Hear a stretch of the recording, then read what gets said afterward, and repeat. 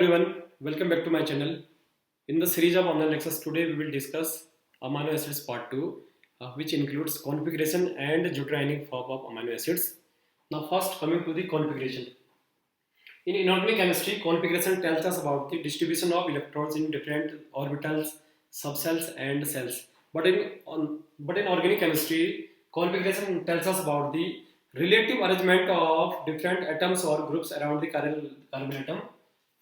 Suppose we have asymmetric molecule having four different atoms A, B, C, D. The central atom is called asymmetric carbon and it has four different atoms assigned by A, B, C, D. This arrangement is called configuration. Configuration is further of two types. One is absolute configuration, which does not require any reference compound, and other is relative configuration, which require an external compound to assign the configuration. Like sugar chemistry, as we know that there are two family of sugars, L series sugars and D series sugars. In amino acids, there are two categories of amino acids, L amino acids and D amino acids. To assign the configuration of amino acids, the serine molecule is taken as a reference compound, serine. जैसा कि आपको पता है serine, COOH, NH2H, CH2H. This molecule exists in two stereoisomeric forms. One is here you can see, and other is NH2COH, HCH2H. The former is called, this stereoisomer of L is called L-serine. If the NH2 group is present on the left side of chiral carbon atom, then this stereoisomer is called L-serine, and that having NH2 group on the right side is called D-serine. All the naturally occurring amino acids are L amino acids having this type of configuration. तो जितने भी naturally occurring amino acids होंगे उनका configuration ऐसा होगा, जैसे L सेराइन में हमने लिखा है NH2 कहाँ होगा, कैरल कार्बन के लेफ्ट साइड में. तो यहाँ पर जो यहाँ पर कॉन्फ़िगरेशन की बात होती है ये रिलेटिव है, क्योंकि because here we have taken serine molecule as a standard compound to assign the configuration. तो फिर फर्दर यहाँ पर बढ़ते हैं और यहाँ पर आगे हम एक होता है यहाँ पर एब्सोल्यूट कॉन्फ़िगरेशन. एब्सोल्यूट कॉन्फ़िगरेशन ऐसा कॉन्फ़िगरेशन जो इसका अपना ओन अरेंजमेंट होगा, जिसके लिए हमें किसी भी एक्सटर्नल कंपाउंड की जरूरत नहीं पड़ेगी. जैसे हम पढ़ते हैं RS नोमेनक्लेचर, तो एक अमीनो एसिड के लिए देयर इज अ की point, all the L amino acids have S configuration except cysteine. अब किसी कंपटीशन में पूछा जा सकता है कि यहाँ पर कि किस यहाँ पर जो L सीरीज के अमीनो एसिड्स का कॉन्फ़िगरेशन R होता है, जिसका कि इसका क्या होगा, सिस्टीन का R होगा और सबका S होगा. जैसे तुम्हें इसे सीक्वेंस रूल से पता होना चाहिए. इसमें बहुत हम थोड़ा सा शॉर्ट में देखते हैं कि हम कैसे निकालते हैं किसी का कॉन्फ़िगरेशन करना. तो first we will draw the structure of that जो भी गिवन अमीनो एसिड होगा. तो यहाँ पर चलो हम एलिनाइन का लेते हैं, एलिनाइन COOH, NH2, CH3 और H. एट फर्स्ट हम क्या करेंगे, यहाँ पर प्रायोरिटी इनकी क्या करेंगे, फिक्स करेंगे 1 2 3 4. तो ऑलवेज ये रूल होगा कि फोर्थ ग्रुप कहाँ होना चाहिए, बॉटम पे होना चाहिए. यदि नहीं होगा तो उसको हम क्या करेंगे, डबल इंटरचेंज ऑफ एटम से ग्रुप करेंगे. तो यहाँ पर जो फर्स्ट है यहाँ पर प्रायोरिटी मिलेगी, वहाँ यहाँ पे क्या मिलेगी, नाइट्रोजन एटॉमिक नंबर 1. अब यहाँ पे कार्बन है, बट ये दो नंबर ऑक्सीजन की कार्बन मिलेगी 2, यहाँ CH3 3 और 4. तो इसमें फोर्थ एटम कहाँ है, यहाँ बॉटम पे ही है, तो यहाँ पे कोई हमें इंटरचेंज करने की जरूरत नहीं पड़ेगी. अब हम यहाँ पे देखेंगे 1 से 2 से यहाँ पर 3 जाने में कैसा आ रहा है, यहाँ पर सिनिस्टर आ रहा है एंटी क्लॉकवाइज. तो यहाँ पर कॉन्फ़िगरेशन हो गया S. बट यहाँ पे कैसे सिस्टीन का R निकल रहा है उसको भी हम क्लियर कर लेंगे. यहाँ पर सिस्टीन का क्या फॉर्मूला यहाँ पर तुमने देखा होगा, यहाँ पर COOH, NH2, बॉटम पे H, ऊपर CH2SH. अब यहाँ पर फर्स्ट प्रायोरिटी थी, इसको मैंने फिक्स NH2 1. अब यहाँ पे CH2SH, यहाँ COOH है, यहाँ पर सल्फर के कारण इसमें क्या मिलेगी, इसको 2 3 और 4. तो यहाँ पर 1 2 3 का देखो यहाँ पर कॉन्फ़िगरेशन कैसा आ रहा है क्लॉकवाइज, तो it has R configuration. Clear?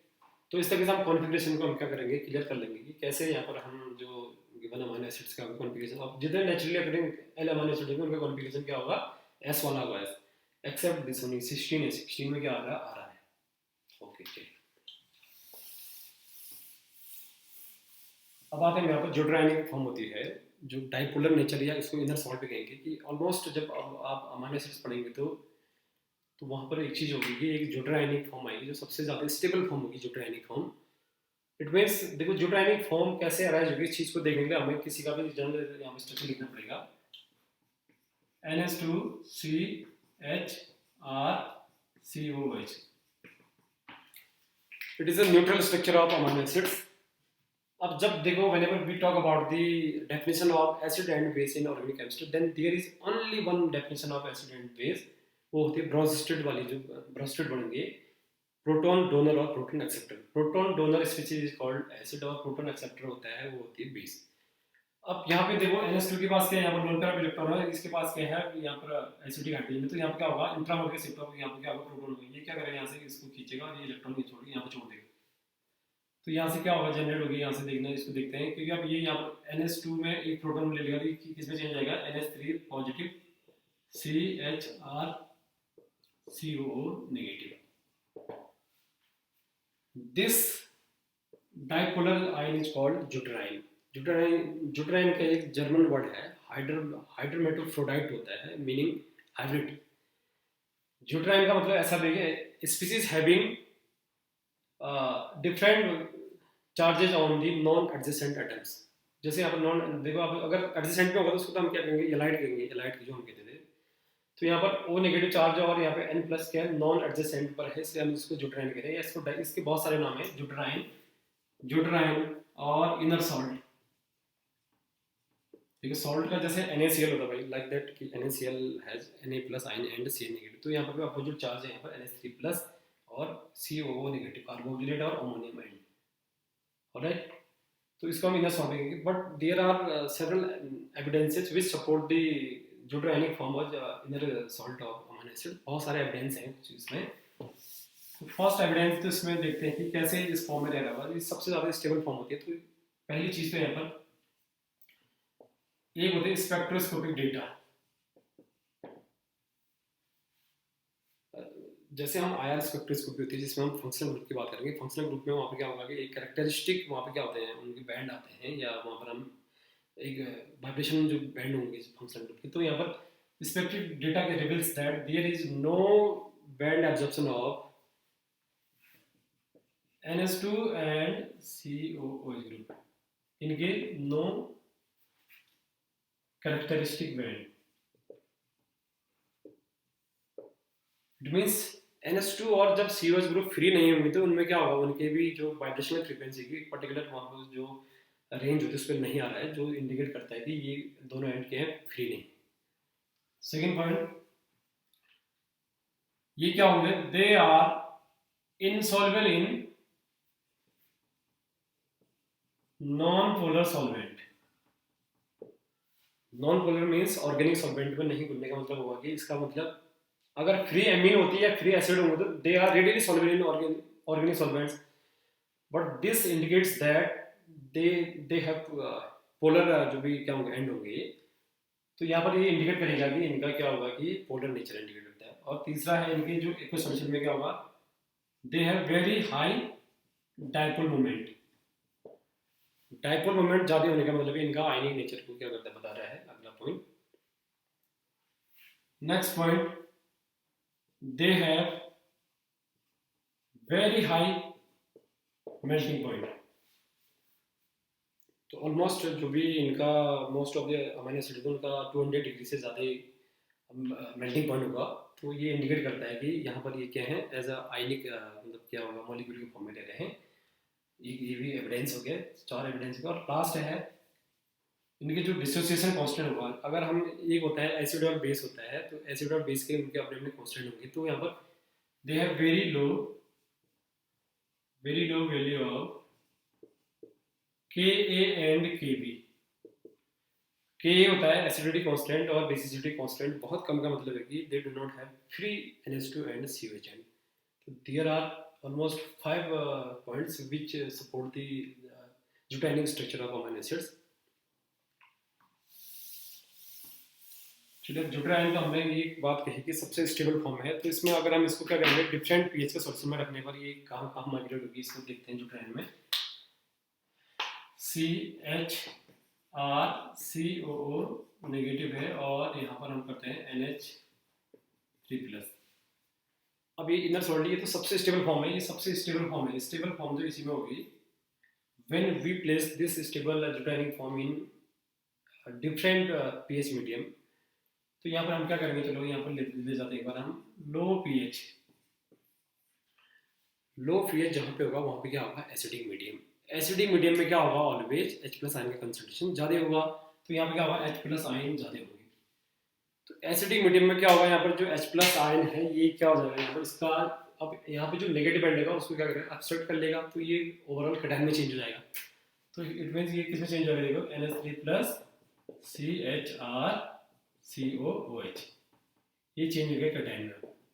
Overall यहाँ पे क्या अंदर चल रहा है, कैटायन बस। तो यहाँ पर लो पीएच है और लो पीएच में क्या होगा, या एसिडिक मीडियम करें इसको, एसिडिक मीडियम भी। When we place this stable zwitterionic form in basic medium, या इसको कहेंगे हम high pH. High pH means OH negative excess हो गया ज़्यादा, और ये होगा बेसिक मीडियम। बेसिक मीडियम क्या करेगा, OH नेगेटिव क्या करेगा, यहाँ से इस एंड से क्या करेगा, H+ को खींचेगा, तो ओवरऑल क्या करेगा, यहाँ पे इसको NH2 में चेंज कर लेगा और यहाँ पे नेट नेगेटिव चार्ज बचेगा। तो it will convert this molecule, this zwitterionic into NH2 CHRCOO negative anion। तो इट मीन्स यहाँ से एक नई चीज और यहाँ से निकल के आती है कि अमीनो एसिड्स की एसिडिटी किस एंड के कारण होती है। तो यहाँ पर देखो, एसिडिटी का मतलब है कि यहाँ पर जो H+ लूज कर रहा है वहाँ कर रहा है due to the presence of NH3+ end. और बेसिसिटी का मतलब होता है, बेस का मतलब H+ को एब्सॉर्ब करना, वो कर रहा है कार्बोक्सिलेट एंड। तो यहाँ से दो नई चीज निकल आती है कि acidity of amino acids due to NH3+ group. ये छोटे छोटे कंपटीशन में पूछे, यहाँ पे जाके किसी अगर कॉम्पिटिटिव एग्जाम में अगर होगा तो कि एसिडिटी किस एंड के कारण होगा, लाइक दैट। जो बेसिसिटी थी, देखो basicity of amino acid due to COO negative group. तो यहाँ पर दो चीजें क्लियर होती है कि अमीनो एसिड्स को देखो, जब हमने क्या कहा कि सबसे पहले तो जो मोस्ट ऑफ द, जो almost all the amino acids exist in most stable zwitterionic form, but when we, जब हम क्या करेंगे, when we place these zwitterion different pH medium, तो वहाँ पर एसिडिक मीडियम में ये कैटायन में चेंज हो जा रहा है और इसके बाद ये बेसिक में चेंज हो रहा है।